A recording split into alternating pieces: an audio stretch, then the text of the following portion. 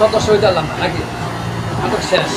এটা তো নাটক দৈরক আমার মাঝে মূলত আমাদের বড় বড় সিনিয়র পার্সন যারা আমার স্যার সম্মানিত ব্যক্তিরা আছেন, যেমন যে বিজ্ঞান কবি হাসনান সাজ্জাদি স্যারা আছেন, আমাদের যে কেএসপি সাংস্কৃতিক যোজন আমাদের যে 5 তারিখে প্রোগ্রাম করতেছি, যে আমাদের যে এই সংগঠনের যে প্রতিষ্ঠাতা এবং প্রধান উপদেষ্টা লায়ন সালাম মাহমুদ, তিনি কৃষক শ্রমিক পার্টির চেয়ারম্যান, যে কেএসপি ম্যানেজটাই হলো কৃষক শ্রমিক পার্টি, তো ওটা সহযোগী সংগঠন হলো আমারটা যে সাংস্কৃতিক জোট, তো ওই চেয়ারম্যান হলো এই কেএসপি সাংস্কৃতিক জোটের প্রতিষ্ঠাতা, তো উনি হলো আমার গুণীজন, উনি হলো আমার এই নাটকের মানে সকল উদ্যোক্তা সালাম মাহমুদ স্যার, তার দিক নির্দেশনা নিয়েই মনে করেন যে আমি যৌতুক দিবি কিনা বল নাটকটি করতেছি।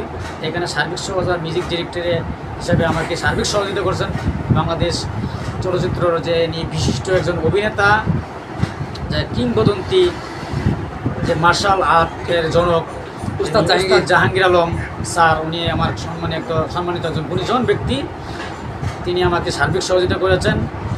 সেই সাথে আমাদের সার্বিক সহযোগিতা করেছেন উস্তাদ জাহাঙ্গীর আলম স্যারের যে ওয়াইফ, তিনি বাংলাদেশের সুন্দরী মিস বাংলাদেশ ফিল্মের তিনি প্রথম যে নায়িকা ছিলেন, যে রাখা চলচ্চিত্র অভিনেত্রী, জনপ্রিয় একজন চলচ্চিত্র নায়িকা রাখা, এই রাখা ভাবি আমাদেরকে এই যৌতুক দিবি কিনা বলে নাটকের মধ্যে সার্বিক সহযোগিতা উনি করেছেন।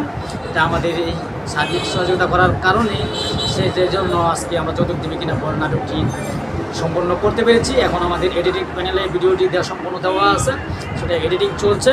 অবশ্যই আমাদের অনুষ্ঠান আগামী 5ই জুলাই, আপনারা সকলেই আসবেন, সকলকে দাওয়াত রইল। এবং তার আগে আমরা রিলিজ করতে যাচ্ছি যৌতুক দিবি কিনা বল, যে এখানে আমি মূলত হিরো হিসেবে আছি, আমি মোহাম্মদ জামাল উদ্দিন কালাসান, যে আমার নায়িকা চরিত্রে যে ভূমিকা পালন করেছেন সে আসমা, আর দ্বিতীয় সেকেন্ড নায়িকা হিসেবে যে কাজ করছেন তিনি ব্রাহ্মণবাড়িয়ার এক মেয়ে পাখি, ফাহিমা আক্তার খান পাখি, সে নিয়ে তিনি সেকেন্ড নায়িকা হিসেবে কাজ করছেন। এটা সেটা কোটিপতির মেয়ে, সে বড় লোক পয়সাওয়ালার মেয়ে। তারপর ওই নাটকে মানে গল্প চলছে। হ্যাঁ, বাস্তবে সেও কোটিপতি, সে অভিনয় করছে কোটিপতির মেয়ে চরিত্রে, সে বাস্তবে কোটিপতি। তো আমরা এই নাটকটি আসলে আমরা মনে করি একটা বিনোদন চিত্র, তো তারপর নাটকটি দেখলে আপনারা মনে অনেকেই আঘাত পেতে পারেন, যে নাটকটি আসলে বোঝা যাবে যে সম্পূর্ণ বাস্তব দৃশ্য এরকম মনে হবে আর কি। যা আমরা কি বলবো আপনাকে, যা আমার নিজের নাটক নিজে দেখে আমার চোখের পানি আসছে। আমার নায়িকা যিনি আসমা নিজেও কান্দাকারি করছে নাটকটা দেখে, যে কী বা কী তাই আমরা অভিনয় করলাম, মানে বাস্তবের সাথে সম্পূর্ণটা চরিত্র মিল করে যায়। তো আসলে আমরা বাস্তবের সাথে মিল করে কোনোটাই করি নাই, সম্পূর্ণটাই কাল্পনিক। আপনারা সবাই দেখবেন যৌতুক দিবি কিনা বল, অবশ্যই 1 সপ্তাহের ভিতরে আমরা একটা রিলিজ দিতে যাচ্ছি যৌতুক দিবি কিনা বল। তো সে সাথে আমরা পরবর্তী নেক্সট টার্গেট তুমি আমার জান পাখি, সেটা আমরা শীঘ্রই ধরবো। তা আপনারা দেখতে পারবেন সেই তুমি আমার জান পাখির ভিতরে আমাদের অভিনেতা গাজীপুর জেলার এবং আমাদের বাড়ি কিন্তু শেরপুর জেলার কৃতি সন্তান, যিনি বিগত আজ থেকে 3 থেকে 400 নাটকে কাজ করে আসছেন, নিজস্ব ইউটিউব চ্যানেল, তাকে সাপোর্ট করবেন সবাই। যা আমাদের হিরো ভাই করলে সকলেই চিনে, তো ওনার নাম কি আমি নিজেও এখনও জানি না, আমরা জানি হিরো ভাই হিসেবে পরিচিত। সেখানে হিরো ভাইয়ের যে আইডিটা আছে সবাই সাপোর্ট করবেন, লাইক কমেন্ট করবেন, এবং ভালো ভালো অভিনেত্রীদের তিনি কাজ করে যাচ্ছেন, ভালো ভালো অভিনয় করে যাচ্ছেন।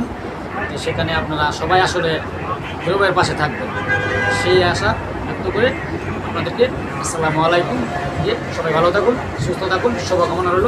আল্লাহ হাফেজ, দেখা হবে, কথা হবে আগামী পর্বে। ভালো থাকুন সবাই পাশে থাকবেন। আপনাদের বিনোদন দেওয়ার জন্য আমরা এমন কোনো জায়গায় যে না যাচ্ছি, ঝড় বৃষ্টি, হ্যাঁ আসলে আমরা বিনোদনের পাগল মানুষ বলে, টাকা পয়সার পাগল, আমরা বিনোদনের পাগল। আমরা বিনোদন দিয়ে যদি আপনাদের মনটা জয় করতে পারি, আমরা নিজের দ্বন্দ্ব মনে করি।